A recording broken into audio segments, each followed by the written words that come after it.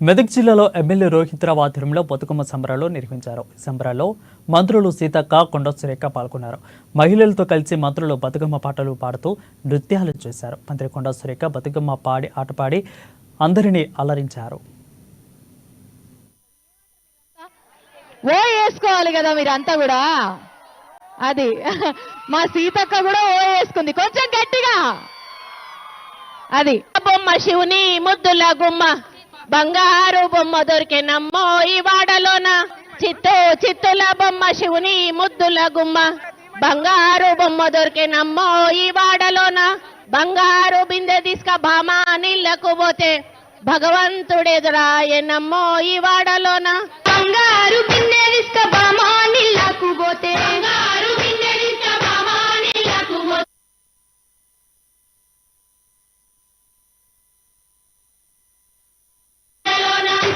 చిత్తూల బొమ్మ శివుని ముద్దుల గుమ్మ. నేను వస్తుంటే కూడా ఈ సిద్దిపేట గాని మెదక్ గాని మొత్తం మన తెలంగాణ ప్రాంతంలో ఎక్కడ చూసినా చెరువులు ఉండేది. చెరువులకు బతుకమ్మకు చాలా గొప్ప అనుబంధం ఉంది. బతుకునిచ్చే తల్లి బతుకమ్మ అని మనం మొక్కుతాం. ఎందుకంటే చెరువు కింద పారకంతోటే మన పంటలు పండుతాయి. వందల ఏళ్ల నుంచి కూడా మనం చెరువుల మీద ఆధారపడి వ్యవసాయం గాని, మంచినీళ్లు గాని, స్నానాలు గాని, బట్టలు గాని మరి వందల ఏళ్ల నుంచి చెరువు దగ్గరనే మన కార్యక్రమాలు ఉండేది. మరి పంటలు పండి ఇళ్లలోకి వచ్చినాక జరుపుకునేటువంటి పండుగ మరి ఆకాశపాయ పంటల మీద, అంటే వర్షాధార పంటల మీదనే బతికేది. చెరువులు నిండితే చెరువు కింద ఉన్నటువంటి పంటలు పండేది.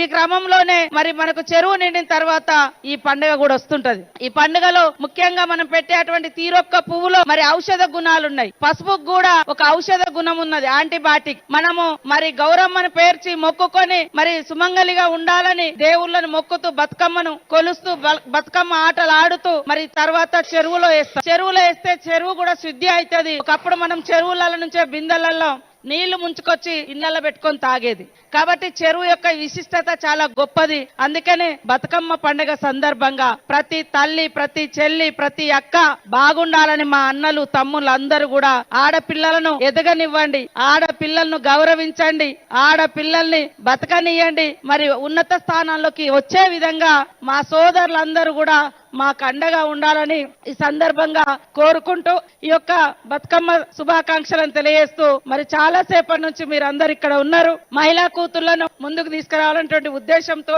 సీఎం రేవంత్ రెడ్డి గారు కూడా ప్రత్యేకంగా ఉచిత బస్సు ప్రయాణం పెట్టిరు. పెద్ద ఎత్తున ఏ బస్సులలో చూసినా ఎక్కువ పండుగ పూట అక్కలందరూ కూడా వాళ్ళ తల్లిగారి ఇళ్లలోకి వెళ్తా ఉన్నారు.